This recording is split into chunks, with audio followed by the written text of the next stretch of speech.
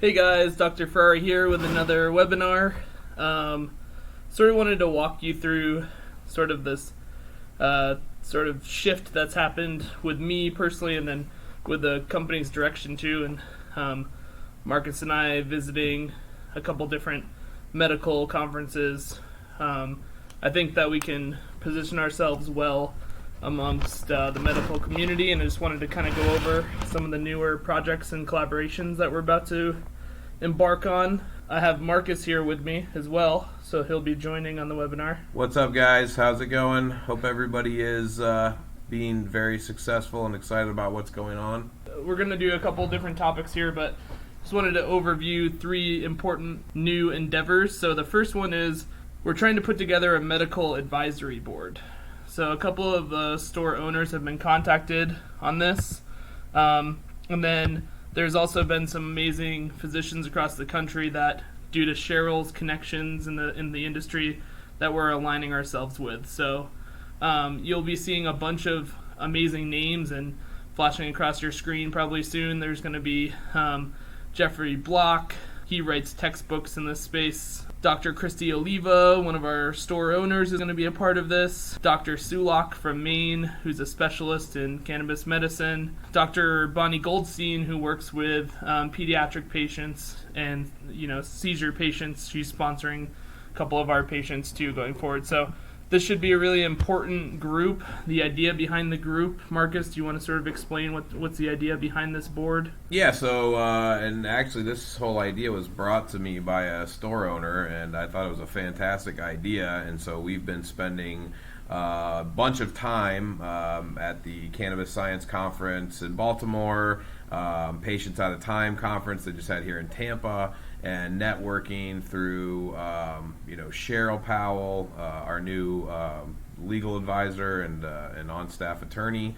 And she's been in the cannabis industry for probably 3 years, maybe 4 years, heavily in activism. So we are putting together a board that we can have monthly conference calls, and we can start covering topics that we run into inside the stores. And look, the whole idea is not only one, to be able to give back to the community. We're going to be sponsoring patients. We've already begun our first patient sponsor, a woman's child. I think he's 2 or 3. Jessica Reed is the woman's name, and then her child is Emmanuel, and he has severe epilepsy. And Bonnie Goldstein is the doctor, and so we're going to be supplying a 1,200 milligram water-soluble formula to them that will be tested, and they'll be using it and documenting it. And so the idea here is A, to give back, and B, is to, we're constantly looking for ways to differentiate our company from all the other companies. And, I think that we may be the first CBD company to put together this kind of team of elite doctors and physicians that do clinical trials and things of that nature. So we're really, really excited about it. We also have a partnership with a nonprofit veterans organization that we're really excited about, and I think Tony can probably touch a little bit on that as well. Yeah, so on the veterans initiatives that we're looking into, we have a couple of different ones. So the idea here is we can take a local program and blow it up into a national scale.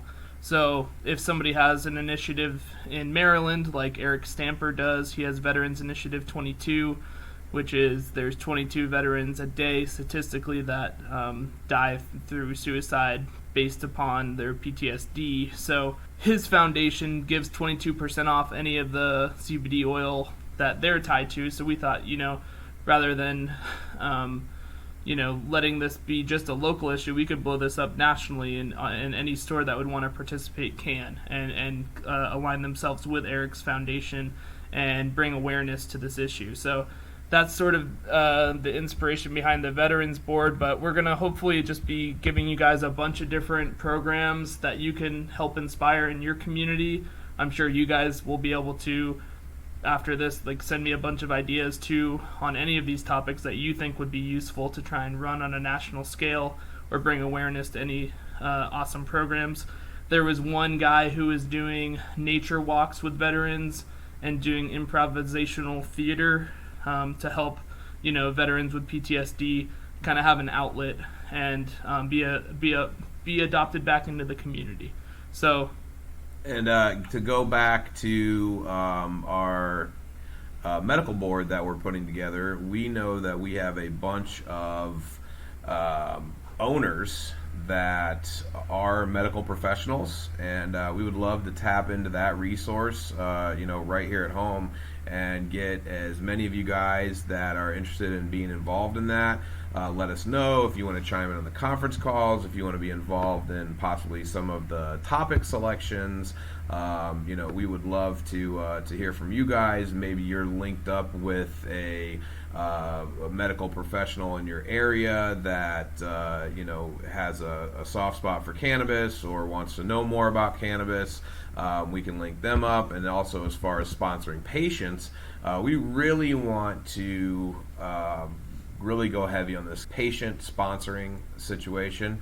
So we're looking for extreme cases of PTSD, extreme cases of seizures, anxiety, or these stress disorders where people can't leave their houses and things of that nature, where we can come in with a doctor and provide product free of charge, and try to sponsor these patients and really try to give back to the community, and also help us collect some data on the efficacy of our products, our products specifically. Yeah, I mean, Marcus got a letter today from an 80-year-old patient who was in extreme pain, and he was just sort of looking for some sort of outlet to get off of the opioids that he's on. So that's another great example where we're just going to connect with him and provide as much relief that we can to his issues. So if you guys know of any cases like that, people with financial barriers, I know a lot of the problem here is if you do need CBD for seizures, you need an extreme dose,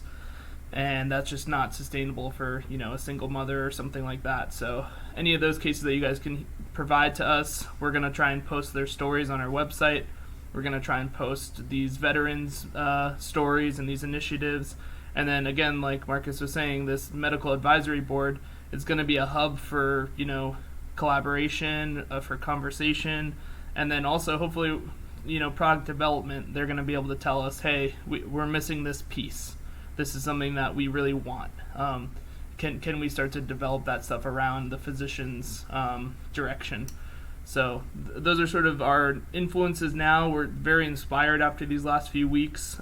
It's been enlightening to be so close to the medical professionals that are dealing with this stuff from a day-to-day perspective. So that's going to be a lot more the direction we're going, instead of going to these, we're still going to go to the business conferences and stuff and stand side by side the CBD. But I mean, Marcus, you can probably speak to it. We were probably the only CBD company at these science conferences. It sort of sticks out to you, I guess. Yeah, so I mean, one thing that I noticed, at the cannabis science conference, which was basically, I wasn't really sure what to expect, but it was mainly the medicinal side and medical side of the cannabis industry, is that there's really not any CBD companies that are involved in this. And so, it's like, well, how can we differentiate ourselves? How can we, be not necessarily the last man standing? There's always going to be competition in the market, but how can we be,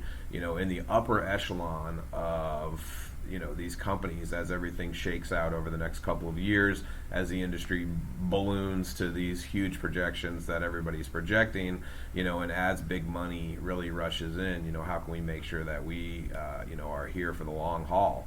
And I really believe that spending more time and energy and effort on the medicinal side of this, and really focusing on getting these doctors together, getting doctors to help us with formulations, getting the physicians involved with clinical trials, that's what's going to give us that long-standing company that we're looking for. And that's also going to be the differentiator. I'm sure every day in your stores, people come in and, the biggest question is, what's the difference between this and everything else? And what we're doing at corporate is just we already have a ton of answers to give as far as the quality of what's inside the bottle, the organic MCT, the lock numbers, the lock codes, the formulations, the PhD in-house, the in-house testing facilities. We already have so many different things, but our focus here is just to keep piling on those differentiators, so that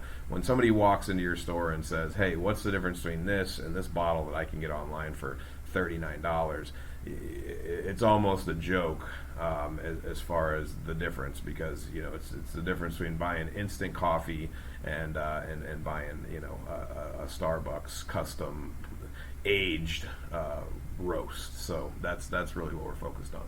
Yeah, and I think to that point we're going to be doing some clinical trials. We're already aligning ourselves with one in Jamaica, where we're going to be helping facilitate that. And it's actually going to be sanctioned and run by the FDA, so we're keeping our friends close. We're also watching a lot of new legislation that's coming online. So a lot of the stuff that we're seeing from state to state, they're basically looking at these QR codes that we're already implementing. So now that we feel a little bit comfortable where we are legislative-wise with how we're selling and distributing and labeling the product, now we can really start to do the formulation and creation and pushing the industry in a medical approach. So with that, there's a couple other things, just housekeeping. The full spectrum water soluble, you want to announce that? Yep, we are. We just put in our PO with our manufacturer for our first run of full spectrum water soluble. So expect to see that hitting the internet within probably 4 to 6 weeks. Obviously, we try to get it out there faster, but these production runs just take some time. We also have the pens, so we're still working on those, guys. Making these batteries and from scratch is just kind of a little bit longer process than we actually thought, but we're expecting to take delivery of those sometime in the next couple of weeks. They've already been tested. We've already have samples. Everything's good. They're just pretty much finishing up, manufacturing, and then we're just kind of going to have to wait for them to get here. But those are ready to go. We got some great, beautiful packaging, some great terpene profiles that we've put together to reach the desired effects that we're looking for. I think these are going to be huge sellers. Real quick, as far as Tony touched on legislation, me and Cheryl are going to be in Washington, D.C., April the 29th, April the 30th. We're going to spend a whole entire day lobbying and meeting with senators and representatives from states that are in our pipeline that still have gray area.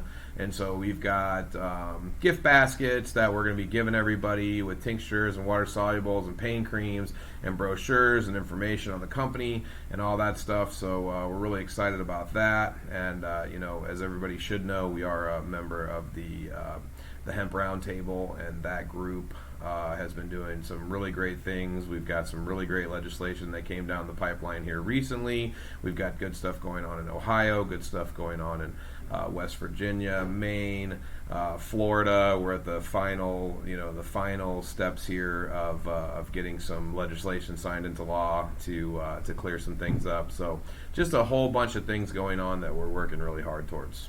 Yeah, and so that pretty much wraps it up. Next week we're going to be doing a lot of in-store documents with the design team. We finally have time to sort of put 5 or 6 posters together for you guys. I did, just before that stuff comes out, want to touch on something that we did learn from the conference, which is when you guys are doing dosing, please recommend to go low and go slow and sort of titrate that up and have them find their optimal dose. So that's just a last added note, but it's going to be something that we're going to be kind of sticking to, is this low and slow approach. Yeah. So it seemed like every physician sort of had that mindset. So hey, fantastic. Well, hope you watched it.